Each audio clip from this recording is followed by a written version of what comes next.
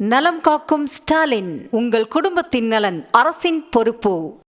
சேலத்திலிருந்து ரயிலில் தப்பி வந்த கொலை குற்றவாளிகள் 2 பேரை சென்னை சென்ட்ரலில் இருப்பு பாதை போலீசார் விரட்டி சென்ற சிசிடிவி காட்சி வெளியாகி இருக்கிறது. இது குறித்த விவரங்களோடு இணைகிறார் எம்முடைய செய்தியாளர் முரளி. முரளி, வணக்கம். சம்பவமானது எப்பொழுது நடைபெற்றது? குற்றவாளிகள் பிடிபட்டார்களா? என்ன விவரம்? வணக்கம். சேலத்தில் கொலை செய்துவிட்டு 2 வடமாநில நபர்கள் சேலத்தில் இருந்து ரயில் மூலமாக தப்பிச் செல்வதாக வந்த தகவலின் அடிப்படையில் சென்னை சென்ட்ரலில் அந்த 2 நபர்களையும் போலீசார் கைது செய்திருக்கிறார்கள்.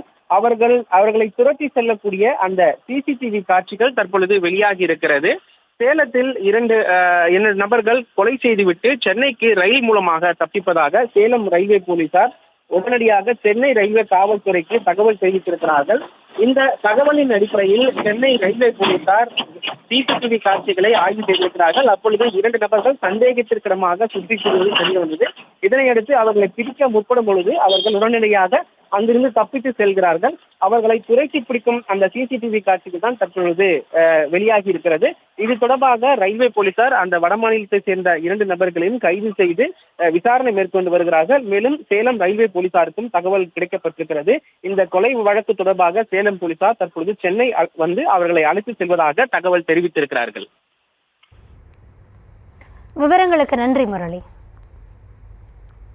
நலம் காக்கும் ஸ்டாலின், உங்கள் குடும்பத்தின் நலன் அரசின் பொறுப்பு.